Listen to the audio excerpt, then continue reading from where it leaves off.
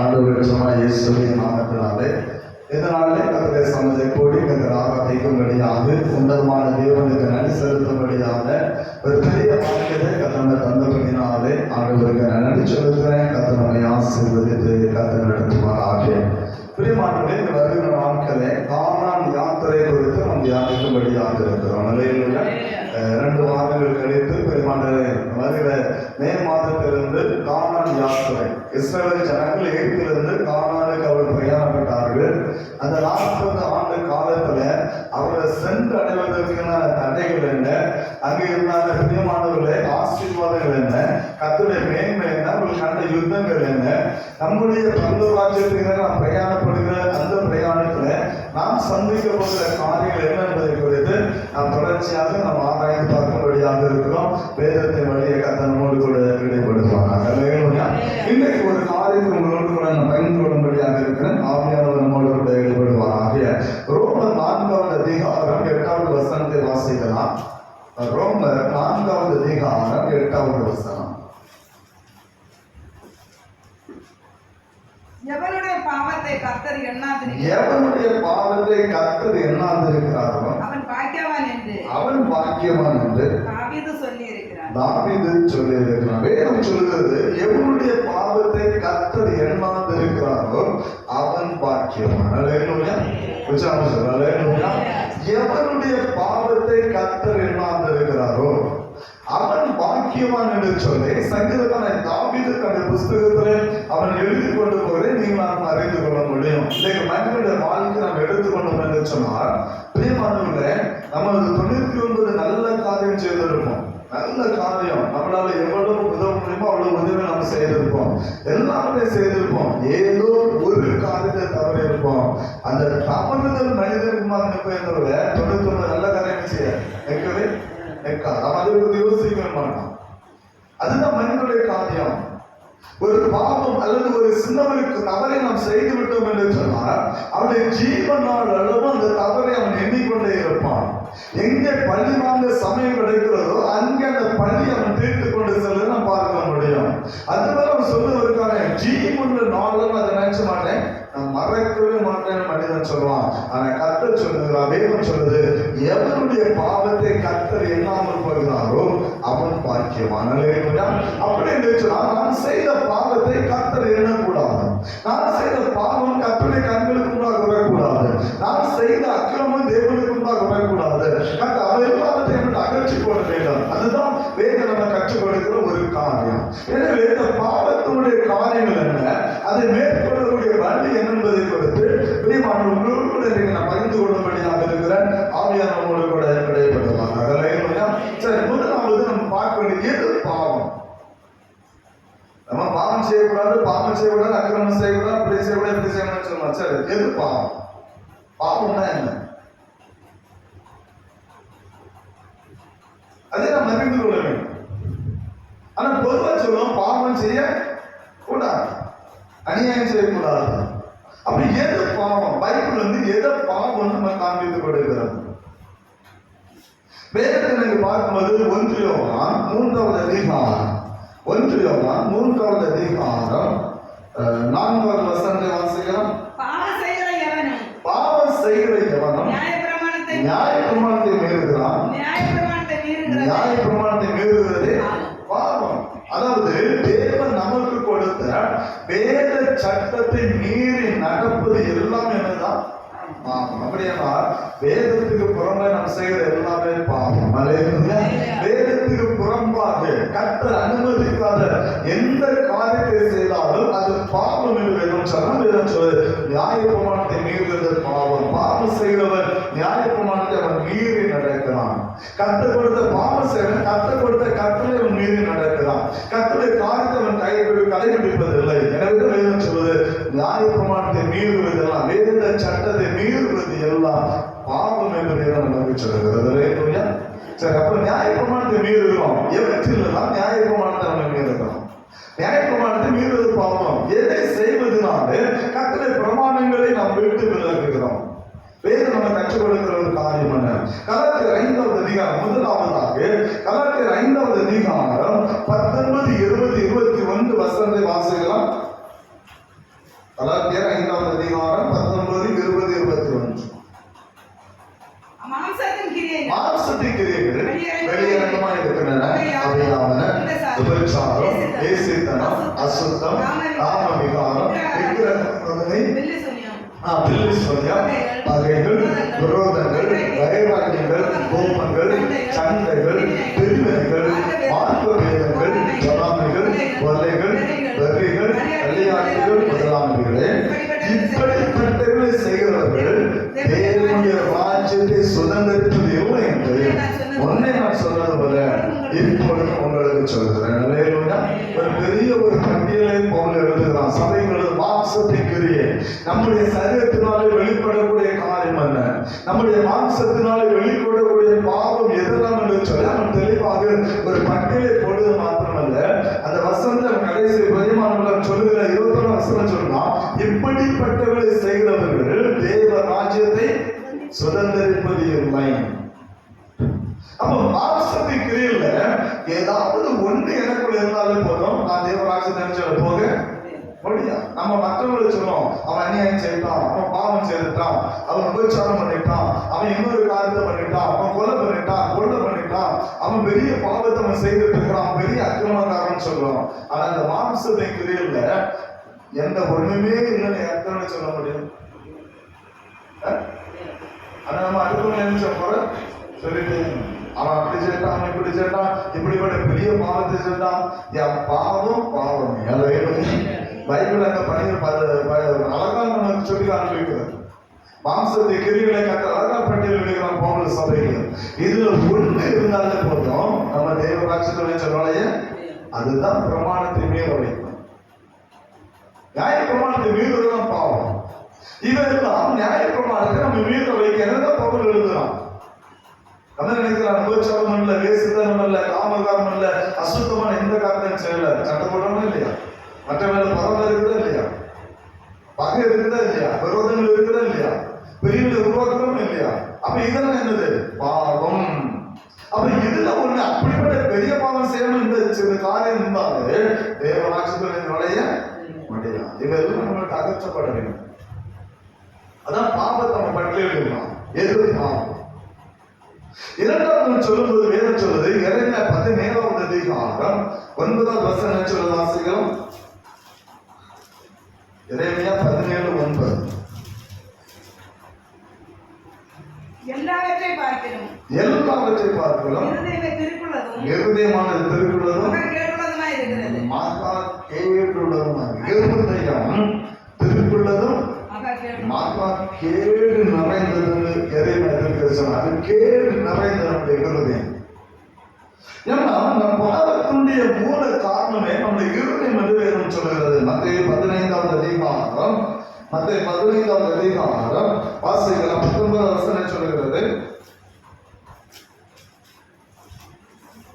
எப்படி இருதயத்திலிருந்து புறப்படுகிற பொதுவாத சிந்தனைகள், வழிபாடுகள், விபச்சாரங்கள், வேசித்தனங்கள், அளவுகள், பொய் சாட்சிகள், தூஷணங்கள், எதுக்கு புறப்படணும்? இருதயத்திலிருந்து புறப்படணும். அவன் பாவம் புறப்பட்டு வருகிற அந்த இருதயம். பாவம் புறப்பட்டு வர இந்த இருதயம். வேதம் சொல்லுது அந்தவசனத்துல, இவைகளே மனுஷனை தீட்டுப்படுத்தும். கை கழுவ சாப்பிட்டா மனுஷனை தீட்டுப்படுத்தவே படுத்தாது. நான் 7 பிள்ளைகள் எழுதுறாங்க, பல் விளக்கமா சாப்பிட போடாது, கை கழுவ சாப்பிட எல்லாம் சொல்லி கொடுக்குறோம். ஆனா இருந்து புறப்படுற பாவம் இதை செய்யக்கூடாது நம்ம கற்றுக் கொடுக்குறோம். மாம்சத்துக்கு எல்லாம் நம்ம செய்யக்கூடாது நம்ம பிள்ளைகள் கற்றுக் கொடுக்குறோமா? ஏன்னா பாரம்பரியத்தை நம்ம கற்றுக்கொடுக்கிறார். கை கழுவாம சாப்பிடக்கூடாது, பல் விளக்காம எந்த காரணம் செய்யக்கூடாது, குளிக்காம எங்க பரப்பிட்டு போகக்கூடாது, நல்ல டீசெண்டா போகணும், பிள்ளைங்க ஒரு ட்ரெஸ் எடுத்து போட்டா அந்த ட்ரெஸ்ஸை தரப்பணும், இதை போடக்கூடாது சொல்லிட்டு நம்ம ஒரு ட்ரெஸ் எடுத்து கொடுப்போம், நல்லா புரிஞ்சுக்கணும். எல்லாத்தையும் செய்யறோம். ஆனா இந்த பாவத்தை செய்யக்கூடாதுன்னு என்னைக்கு நம்ம சொல்லி காண்பித்து கொடுத்துருவோம். வேதம் சொல்லுது, இருதயத்திலிருந்து புறப்பட்டு வருகிற மனுஷனை தீட்டுப்படுது. நல்ல முதல்ல சொன்னேன், மாம்சத்துக்கிற எல்லா பாவம் அது நியாய பிரமாணத்தை மேல வைக்கிறது.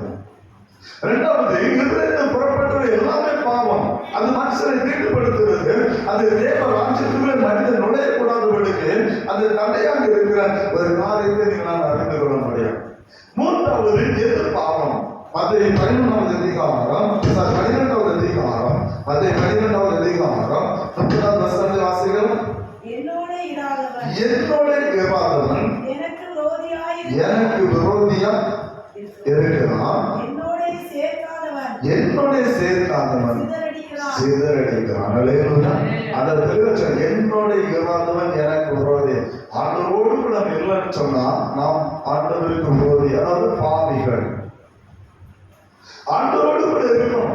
வேற சொல்லி என்னோட இராதவன் கர்த்தரோடு கூட நாம் இருக்க கற்றுக்கொள்ள வேண்டும். ஆண்டவரோடு கூட நம்ம நேரத்தை செலவழிக்க நம்ம கற்றுக்கொள்ள வேண்டும். அவன் ஆண்டவரோடு கூட ஒரு மனிதன் இல்லைன்னு சொன்னா அவன் விரோதியாக இருக்கிறான், அவன் கர்த்தருக்கு பகைவனாக இருக்கிறான். என்னதான் பிரியமானவர்களே, ஆண்டவர் யோவான் 15வது அதிகாரத்தில் சொன்னாரு, என்ன நிலைத்திருங்கள் நான் உங்களை நிலைத்திருப்பேன். யோவான் 15வது அதிகாரம் 6-7 வசனங்களை வாசிக்கும் போது வேத நம்ம கற்றுக்கொள்ள என்ன நிலைத்திருங்கள், எந்த நிலைத்திராத கொடியானது தாட்சிச்சோடு நிலைத்திருக்கான இல்லைன்னு சொன்னா கொடி என்னச்சு அக்னிக்கு தேவையாகும். கொடி மாறிப்போம், கொடிக்கு எந்த ஒரு ஆதாரம் கிடைக்காது, பட்டு போகும். அது அக்னிக்கு எதிராகும் அல்லது தூக்கி எறியப்படுகிற ஒரு கொடியாக மாறிவிடும். அதே போலதான் ஆண்டோடு கூட நிலைத்திருன்னு சொன்னா நம்மளால கனி கொடுக்க முடியாது, கர்த்தருக்கு பிரியமான ஒரு வாழ்க்கையை வாழ முடியாது. முதல்ல சொன்னேன் மாம்சத்தின் பாவம், இரண்டாவது பாவம் நம்ம இருதயத்தில் புறப்படுகிறது, அது திருக்குறளாக கேடுள்ளது. மூன்றாவது இயேசுவோடு நிலைத்திராமல் இருப்பது பாவம். ஆண்டவரோடு கூட நேரத்தை செலவிடாமல் இருப்பது பாவம் என்று சொல்கிறது. நான்காவதாக மத்த 5வது அதிகாரம் 37வது வசனத்தை வாசிக்கும்போது பொய் சொல்லுதல் பாவம். பொய் என்ன சொல்லக்கூடாது, சொல்ல கூடாது. தேவ சம்பந்தத்தை நாம் மெய்யான காரியத்தை நீங்கள் நான் பேசுகிற பிள்ளைகளாக இருக்க வேண்டும். இது வேத நம்ம கற்றுக் கொடுக்கிற ஒரு காரியம். சரி, பாவம் செய்தால் என்ன நடக்கும்? நான் பாவம் செய்கிற அக்கிரமத்தை நடப்பித்து கொண்டுதான் இருக்கிறேன். வேதம் என்ன சொன்னாலும் கேட்க மாட்டேன். எனக்குன்னு ஒரு வழி உண்டு, அந்த வழியில் நடப்பேன். நான் பாவம் செய்கிறேன். சரி, இந்த பாவத்தினால என்ன நடக்கும்? நான் பாவம் செய்தால் என்ன நடக்கும்? வேதம் என்ன கற்றுக் கொடுக்கிற காரியம் என்ன? எசேக்கியேல் 18வது அதிகாரம் 20வது வசனத்தை வாசிக்கும் போது தீர்க்கதரிசி சொல்லுகிறான், பாவம் செய்கிற ஆத்துமா சாகும். அல்லேலூயா. அல்லேலூயா. பாவம் செய்கிற ஆத்துமா சாகும். அது ஒரு நாளும் பிரியமான ஜீவனோடு இருக்காது. அப்ப பாவம் செய்யற எனக்குள்ள இருக்கிற ஆத்மா, தேவன் தந்த ஆத்மா, அது ஜீவனோடு இருக்கிற பாவம் செய்யக்கூடாது. நான் பாவம் செய்தால் அந்த ஆத்மா சாகும். வேற கற்றுக்கொடுக்கிற ஒரு மகிமையான ஒரு காரியம் தான். வெளிப்பாடு 22வது அதிகாரம் 15வது வசனத்தை வாசிச்சு பார்த்தோம்னா பாவம் செய்தா பரலோகம் நமக்கு கிடையாது. அந்த தெளிவாக எழுதுறார், பாவம் செய்தா பரலோகம் நமக்கு கிடையாது. பரலோகம் சுதந்திரிக்க முடியும். அங்கே ஒரு பட்டியலகத்தை போடுகிறான், போட்டு சொல்ல இப்படிப்பட்ட செய்யறவருக்கு அக்கினிகளை ரெடியா இருக்குன்னு சொல்றாங்க. யோசிப்பாங்க. அப்ப பாவம் செய்தா என் ஆத்மா சாகும், நான் பரலோகத்துக்கு போக முடியாது. 2 இழப்பு எனக்கு ஏற்படுகிறது. ஆனா இன்னைக்கு பாவம் செய்யற இந்த உலகத்துல எனக்கு ஒண்ணுமே நடக்கல. நான் எவ்வளவு தூரம் பாவம் செய்ய எனக்கு எதுவுமே நடக்கல, எந்த ஒரு காரணம் நடக்கல. பைபிள் சொல்லுது உன் ஆத்மா செத்து கொண்டு இருக்கிறது. பாவம் செய்ய நம்முடைய ஆத்மா செத்து கொண்டு இருக்கிறது. இன்னொன்னு தேவ ராஜ்யத்தை நம்ம இழந்து கொண்டு இருக்கிறோம். அந்த ரகசியம் நமக்கு தெரியாது, ரகசியமா நடக்கிறாங்க. வேதம் நமக்கு கற்றுக் கொடுக்கிற ஒரு மகிமையான ஒரு காரியம் தான். அப்படியா இந்த பாவத்திலிருந்து விடுதலையாக நான் என்ன செய்ய வேண்டும்? இவ்வளவு பெருதான் இந்த பாவத்திலிருந்து நாம் விடுதலையாக்கப்பட வேண்டும். எது பாவம் என்று கற்றுக் கொடுத்தோம், கற்றுக்கொண்டோம். பாவம் செய்வதனால் என்ன நடக்கும் என்று அறிந்தோம். பிரியமானவர்களே, இந்த பாவம் எப்படி உண்டாகிறது? என் வாழ்க்கையில இந்த பாவம் எப்படி உண்டாகிறது? பவுல் ரோமர் 7 நம்ம எழுதும் போது நீங்க படிச்சு வந்து தெரியும், நான் எதை செய்ய விரும்பலையோ அதை நான் செய்கிறேன், எதை நான் செய்யக்கூடாது நினைக்கிறேன் அதை நான் செய்கிறேன். ஏன்னா எனக்குள்ள இருக்கிற பாவம் அதை செய்யும்படி அதை தூண்டிக் கொண்டு இருக்கிறது. அப்படின்னா பாவம் எங்க இருக்குது? எனக்குள்ள இருக்குது. ரோமர் 7 முழு படிச்சு பார்த்தா நம்ம திரும்ப சொன்ன பாவம் எனக்குள்ள இருக்குது. நான் அதை செய்கிறேன். இந்த பாவத்தை செய்தால் தப்பு, ஆண்டவர் விரோதமா என்னை மாற்றும், தேவ ராஜ்யத்தை இழந்து போய் எனக்கு தெரியுது, ஆனா செய்யக்கூடாது நினைக்கிறான் செய்யறேன். ஏன் அந்த பாவம் என்ன தெரியுது, வெளியே போகல, அது எனக்குள்ள இருக்குது. அதனால எனக்குள்ள இருக்கிற பாவமே அதை செய்யும்படி என்னை தூண்டி கொண்டு இருக்கிறது. அப்படின்னா இந்த பாவம் எப்படி உருவாகிறது? வேதம் என்ன சொல்கிறது? 1 யோவான் 3வது அதிகாரம் திருப்பி வரலாம். 1 யோவான் 3வது அதிகாரம் 18வது வசனத்தை வாசிக்கலாம். என் பிள்ளைகளே, என் பிள்ளைகளே, நாவனாலும் அல்ல, கிரியினாலும் உண்மையினாலும். 1 யோவான் 3வது அதிகாரம் 1 யோவான் 3வது அதிகாரம் 8 பாவம் செய்கிறவன் சாசனம் பாவம் செய்கிறவன் பிசாசனம் உண்டாயிருக்கிறான். ஏனெனில் பிசாசானவன் ஆதிமுதல் பாவம் செய்கிறான். பிசாசுடைய கிரியை எடுக்கும்படியே தேவனுடைய குமாரன் வழிபட்டார். பாவம் செய்கிறவன் யார் உண்டாயிருக்கிறான்? பிசாசு. அப்ப எனக்குள்ள பாவம் ஏன் வருது? எனக்குள்ள பிசாசு உள்ள இருக்கிறான். அல்லேலூயா. எனக்குள்ள பிசாசு இருக்கிறவன் பாவம் செய்கிறேன். ஏன்னா பாவம் செய்யற பிசாசம். அப்போ நான் என்ன ஜெபம்னாலும் சரி, என்ன வேத வாசலும் சரி, என்னதான் ஆண்டவர் நான் உறவாடினாலும் சரி, எவ்வளவுதான் ஆண்டவர் நான் ஐக்கியம் ஏற்பட்டாலும் சரி, எனக்குள்ளே ஒரு பாவம் இருக்குமானால் என்னை ஆளுகை செய்வது யாரு? பிசாசு என்னை ஆளுகை செய்யலாம். ஏன்னா எனக்குள்ள இருக்கிற பாவம் தான் அதை செய்யும்படி என்னை தூண்டினான். எனக்குள்ள இருக்கிற பிசாசு அந்த பாவத்தை செய்ய என்னை தூண்டி கொண்டு இருக்கிறான். அந்த பாவத்தை நான் செய்து கொண்டு இருக்கிறேன். ஆனா செய்யணும் விருப்பம் எனக்கு இல்லை. அந்த பாவத்தை செய்யற விருப்பம் எனக்கு இல்லை. பாவம் செய்யற விருப்பம் எனக்கு இல்லை. ஆனா நான் செய்கிறேன். எனக்குள்ள இருக்கிற பாவம், எனக்குள்ள இருக்கிற பிசாசு அதை செய்யப்படிய தோன்ற அதை செய்து கொண்டு இருக்கிறேன். ரோமர் 7 சொன்னான், நிர்பந்தமான மனுஷாண்டவன் இந்த பாவ சரீரம் யாருன்னு விடுதலை ஆக்கும்.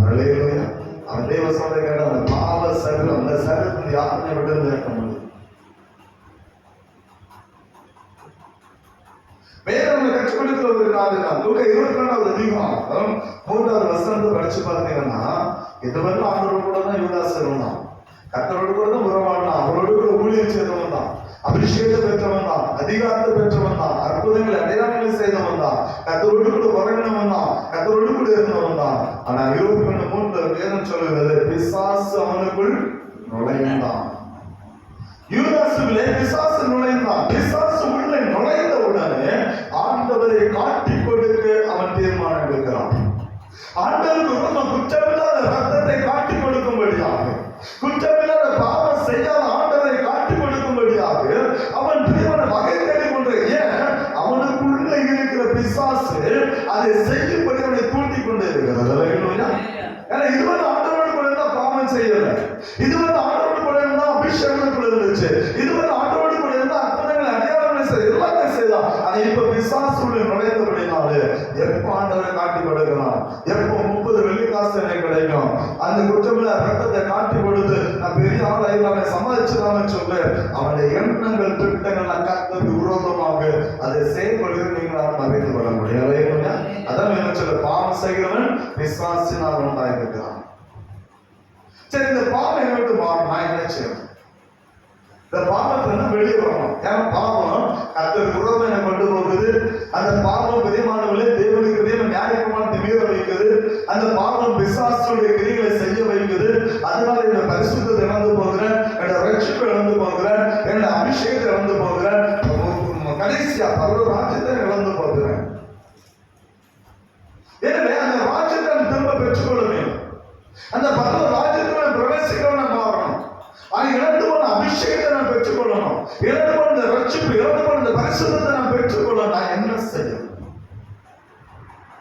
நான் செய்ய வேண்டிய காரணம் முதலாவதாக பாவத்தை ஒத்துக்கொள்ள வேண்டும். அல்லேலூயா. தேவ சமூகத்துல நான் பெரிய நீதிமன்றம் என்ன சொல்ல போன நம்முடைய பாவத்தை நம்ம ஒத்துக்கணும். வேதம் கற்றுக் கொடுக்கிற ஒரு மகிமையான ஒரு காரியம் தான். லூக்கா 15வது அதிகாரம் 21வது வசனத்தை வாசிக்கலாம். லூக்கா 15வது அதிகாரம், குமாரன் தகப்பனை நோக்கி, தகப்பனே பரத்துக்கு விரோதமாக பாவம் செய்தேன், உம்முடைய குமாரன் என்று சொல்லப்பட்ட சொல்ல நான் தகுதி அறிக்கை பண்ணுங்க, ஒத்துக்கொள்ளுங்க. தகப்பனுக்கு ஒத்துக்கொள்ளுதான். தகப்பன் நான் செய்தது பாவம் தான், உமக்கு விரோதமாக பரத்துக்கு நான் பாவம் செய்தேன், உங்களுடைய பிள்ளைங்கிற அந்த தகுதியை நான் இழந்துட்டேன். தகப்பனுடைய சம்பந்தத்தை தன்னுடைய பாவத்தை ஒத்துக்கொள்ளுகிறோம். நீங்க வேதத்துல 2 சாமுவேல் புத்தகம் 18வது அதிகாரம் 13வது வசனம், 2 சாமுவேல் 12-13 வாசிக்கும் போது அல்லது 18வது அதிகாரம் முழுவதும் வாசிக்கும் போது தாவீது ஒரு பாவத்தை செய்கிறான், பத்சபாவோடு ஒரு பாவத்தை செய்கிறான். அந்த பாவத்தை அவன் செய்து முடித்து விட்டான். இது யாருக்குமே தெரியாது, அது மறைமுகமாக இருந்தது. ஆனால் கர்த்தருடைய பாவத்தை வெளியேறமாக இருந்தது. கர்த்தர் நாத்தான் தீர்க்கதரிசி அனுப்பி வைக்கிறான். கர்த்தர் நாத்தான் தீர்க்கதரிசி அனுப்பி வைக்கிறான். அனுப்பி வைத்து கர்த்தர் தாவீதோடு கூட பேசுகிறார். தாவீதுடைய பாவத்தை கர்த்தர் வெளிப்படுத்துகிறார். வெளிப்படுத்த சொன்ன காரியம் தான், நான் தேவனுக்கு விரோதமாக பாவம் செய்தேன். தாவீது ஒத்துக்கொள்ளுகிறான். நாத்தான் தீர்க்கதரிசி முன்பாக அந்த பாவம் வெளிப்பட்ட போது நேரடியா பேசுறான். நாத்தான் தீர்க்கதரிசி அந்த 12 வசனத்தை படிச்சு பார்த்து உங்களுக்கு டைரக்டா பேசுறான். நீ பாவி, நீ பாவம் செய்த. தாவீது ஒத்துக்கொண்டான். தேவ சமூகத்தில் நான் பாவம் செய்தேன். எப்படி? தேவனுக்கு விரோதமாக நான் பாவம் செய்தேன். பாவத்தை ஒத்துக்கொண்டான்.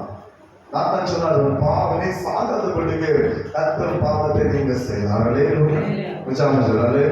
அப்போ முதலாவது என்னுடைய பாவத்தை ஒத்துக்கொள்ள வேண்டும் தேவ சமூகத்துல. ஏன்னு சொன்னா, ஒன்றியவன் புத்தகத்தை நீங்க திருப்பி பார்த்தீங்கன்னு சொன்னா, ஒன்றியவன் நீங்க முதலாவது அதிகாரத்தை வரும்போது வேதம் நமக்கு என்ன சொல்லுகிறது தெரியுமா? 8வது வசனத்தை வாசிக்கலாம். நமக்கு பாவம் இல்லை என்போம், நம்மை நாமே ரட்சிக்கவா இருப்போம், சத்தியம் நமக்குள்ள இருக்காது. 10வது வசனம், 10வது வசனம், நாம் பாவம் செய்யவில்லை என்போம், நாம் அவரை என்ன செய்யறோம்? பொய்யராக்குகிறோம். அந்த வார்த்தை நமக்கு நான் பாவமே செய்யறதுனால ஆண்டவர் பொய்யராக்குகிறோம்.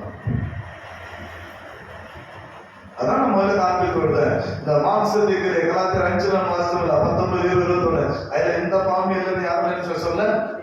அதான் வேதம் சொல்லலாம், பாவம் செய்யவில்லை என்போமானோ, நான் பாவமே செய்யல, நான் பெரிய நீதிமான், தேவனுக்கு நான் விருப்பம் சொன்னான்.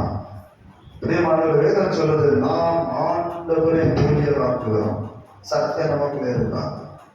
ஆனா அந்த பாவத்தை அறிக்கையிட்டார். வேதம் 9வது வசனம் சொல்லுகிறது, நம்முடைய பாவங்களை நாம் அறிக்கையிட்டார், பாவங்களை நமக்கு மன்னித்து எல்லா நியாயத்தை நீக்கி நம்மை சுத்திகரிப்பதற்கு உண்மையும் நீதியுள்ளவராக இருக்கிறார். அப்போ ஒரு மனிதனுடைய பாவம் மன்னிக்கப்படணும், ஒரு மனிதனுடைய பாவத்தை இயேசுவின் ரத்தம் கழுவணும், ஒரு மனிதனுடைய பாவத்தை அப்போது ரத்தம் கழுவி சுத்திகரிக்கணும்னு சொன்னா வேதம் கற்றுக் கொடுக்கிறது, முதலாவது பாவத்தை ஒத்துக்கொள்ள வேண்டும்.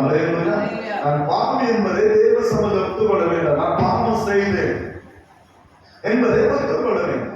இரண்டாவதாக சங்கீதம் 51 முழுவதும் அடிச்சு பார்த்தீங்கன்னா பாவ அறிக்கை பண்ணணும். பாவ அறிக்கை என்ன செய்யணும்? முதல்ல நான் சொன்னேன், நான் பாவியை ஒத்துக்கொண்டேன். இரண்டாவது பாவ அறிக்கை பண்ணணும். எப்படி அறிக்கை பண்ணணும்? நான் எந்த பாவத்தை செய்தனோ அந்த பாவத்தை அவருடைய சம்மதம் நான் சொல்லணும். அல்லேலூயா. நான் இப்ப ஒரு பெண்ணை திருடன்னு சொன்னா அவருடைய சம்மதம், ஆண்டவரே இந்த நபர் இந்த பெண்ணை நான் திருட்டு, ஆண்டவரே எனக்கு மன்னிக்கணும்னு நினைச்சணும். நான் செய்த பாவத்தை சொல்லணும். அதான் அறிக்கை. நம்ம அறிக்கை எப்படி பண்ண தெரியுமா? ஆண்டவரே நான் ஒரு பாவி ஆண்டவரேன், ஆண்டவரே நான் ஒரு புழு ஆண்டவரேன், நான் ஒன்றுக்கு உதவாத ஆண்டவரேன், அதனால பாவம் நினைக்கப்பட நான் பாவி, எல்லாரும் பாவிதான். ஆனா என்ன பாவம் செய்ய எனக்குள்ள இருக்க பாவம் என்ன? அதே தேவ சமுதாய அறிக்கை சங்கீதம் 51 அந்த வசனத்துக்கு முன்னால ஒரு வார்த்தை படிச்சு பாருங்க. தாவீது பாவத்துக்கு உட்பட்டது நாத்தான் தீர்க்கதரிசி அவனிடத்தில் வந்து பாவத்தை உணர்த்தின போது பாடின ராகத்தை பாவத்தை உணர்த்தின போது தேவ சமுதாயம் பாவத்தை அறிக்கை எடுக்கிறாங்க. 51 சங்கீதம் பாவ அறிக்கை பண்ணணும். என்ன பாவத்தை செய்யணும், என்ன அக்கிரமத்தை நடப்பின தேவ சமூகத்தை ஒத்துக்கொள்ளணும். நான் பாவி, நான் அக்கிரமம் செய்யறாங்க என்ன மன்னி ஆண்டவர, நான் பாவத்தை செய்த ஆண்டவர் மன்னி ஆண்டவர. என்ன பாவம் செய்யணும்? அப்ப செய்த பாவத்தை தேவ சபதை இரண்டாவது அறிக்கைப்படணும். நான் பாவிங்கிறத ஒத்துக்கொள்ளணும். இரண்டாவது நாம் செய்த பாவம், நமக்குள்ள இருக்கிற பாவத்தை தேவ சபதை நாம் அறிக்கைப்பட்டுக்கொள்ள இருக்கணும். மூன்றாவது நீதிமொழி 22:11 படி அந்த பாவத்தை விட்டு விட வேண்டும். பாவத்தை என்ன செய்யணும்? அறிக்கை விட்டு விடுங்கோ, இறக்கம் உண்டு. அதை மறைக்கிறவனுக்கு வாழ்வே கிடையாது. பாவத்தை நாம் ஒத்துக்கொண்டு அறிக்கை பண்ணது மாத்திரமல்ல, அந்த பாவத்தை நாம் விட்டு விட கற்றுக்கொள்ள வேண்டும். அப்பதான் வெற்றிப்பின் அனுபவத்தை நாம் பெற்றுக்கொள்ள முடியும். அப்பதான் ஆண்டுடைய ரத்தம் நம்மை கழுவி சுத்திகரிக்கும். அது பரிசுத்தமா. அந்த பாவத்தை இனிமேல் நம்ம செய்யக்கூடாது, அக்கிரமத்தை நம்ம இனிமேல் செய்யக்கூடாது. அவையெல்லாம் நம்ம விட்டு அகற்றி போட வேண்டும். அப்பதான் என் ஆண்டவருக்கு முன்பாக ஒரு பரிசுத்தமான ஒரு வாழ்க்கை வாழ முடியும். அதான் நான் சொன்னேன், முதல்ல சொன்னேன், எது பாவம் கற்றுக் கொடுத்தேன். பாவம் செய்த வாழ்க்கை என்ன, பாவம் எப்படி உண்டாகும், அந்த பாவத்தில் நான் வெளியிடுறேன் என்ன செய்வது. பிசாசுடைய கிரியை அடிக்கும்படிக்கே கர்த்தர் உலகத்தை வெளிப்பட்டார். நம்முடைய பாவத்தை மீட்டெடுக்கும் போது இயேசு வெளிப்பட்டார். 1 படித்துமானதில்லை, என் ஆண்டவர் இயேசு ரத்தம் சகல பாவங்களை நீக்கி நம்மை சுத்திகரிக்கும். சகல பாவங்களை நீக்கி அது நம்மை விட்டு அகற்றி போடும். அப்போ எனக்குள்ள இருக்கிற பாவம் நீக்கப்படுமானால், எனக்குள்ள இருக்கிற அக்கிரமம் நீக்கப்படுமானால், அதை கர்த்தர் சொல்ல எண்ணவே மாட்டார். எனக்குள்ள இருந்தவரை கர்த்தர் எதிர்பார்ப்பாரு. அது இப்ப என்ன விட்டு அகற்று, அவருடைய ரத்தத்தினால விட்டு அகன்று போயிட்டு, அப்ப கர்த்தர் என்ன வரை என்ன மாட்டாரா? அதை எண்ண மாட்டார். ஏன்னா அதை எடுத்து அவர் தூக்கி சமுத்திரத்துல போட்டார். அந்த பாவத்தை அவர் கல்வி சுத்திகரிச்சு அதை என்ன விட்டு அகற்றி போட்டார், நீக்கி போட்டாரு. இப்ப அந்த பாவம் எனக்குள்ள இல்லை. அது அப்போ அதான் வேணும் சொல்லுது, எவனுடைய பாவத்தை கர்த்தர் என்ன இருக்கிறாரோ அவன் பாக்கியவான். அவனுடைய சமூக பாவத்தை ஒத்துக்கொண்டு அது என்ன பாவம் என்பதை அறிவிக்கப்பட்டு அதை நாம் விட்டுவிட முடிச்சலாம். அவருடைய ரத்தம் நம்முடைய பாவங்களை கழுவுது மாத்திரம் நம்மை நீக்கி அதை என்ன செய்யும், சுத்திகரிக்கும். அப்ப பாவம் நமக்குள்ள நீக்கப்படும். அப்ப எனக்குள்ள பாவம் நீக்கப்படுமானால் நான் அவருடைய ரத்தத்தினால சுத்திகரிக்கப்படுகிறேன். அந்த பாவத்தை கர்த்தர் நீக்கிற பாவத்தை எண்ணுவதில்லை. கர்த்தர் நீக்கிற பாவத்தை அவர் எண்ணுவதில்லை. அதனால வேதம் சொல்லுது, எவனுடைய பாவத்தை கர்த்தர் என்ன இருக்கிறாரோ அவன் பாக்கியவான். பிரியமானவர்களே, தேவ சமூகத்தில் முற்றிலும் அறிக்கப்படுகிற பிள்ளைகளாக இருக்க வேண்டும். கர்த்தருடைய சமூகத்தை நான் ஒரு பாவி என்று சொன்ன தாழ்த்துகிற பிள்ளைகளாக இருக்க வேண்டும். அந்த இளையமான போல ரொம்ப பரத்துவமான பாவம் செய்த என்று சொன்ன பாவத்தை ஒத்துக்கொள்ள வேண்டும். அந்த பாவத்தை அறிவிக்கப்படுகிற பிள்ளைகளாக அதையெல்லாம் நம்ம விட்டு மாற்றப்பட வேண்டும். முற்றிலுமாக தேவ சமூகத்தை அர்ப்பணித்து நம்மை முற்றிலுமாக சுத்திகரிக்கும் போது அந்த நிச்சயமாக நம்மை பரிசுத்தமாக்கி ராஜ்யத்துள்ள பிள்ளைகளாக மாற்ற வல்லமுள்ள தேவனாக இருக்கிறார். அப்படிப்பட்ட அந்த ராஜ்யத்தை சுதந்திரிக்கும்படியான அந்த கிருபைகளை கர்த்தர் நமக்கு தரும்படியாக அவருடைய சமூகத்தை அர்ப்பணித்து சொல்லலாம். கர்த்தர் அவரை ஆசீர்வதிப்பாராக. ஆமென். ஜெபம் செய்வோம்.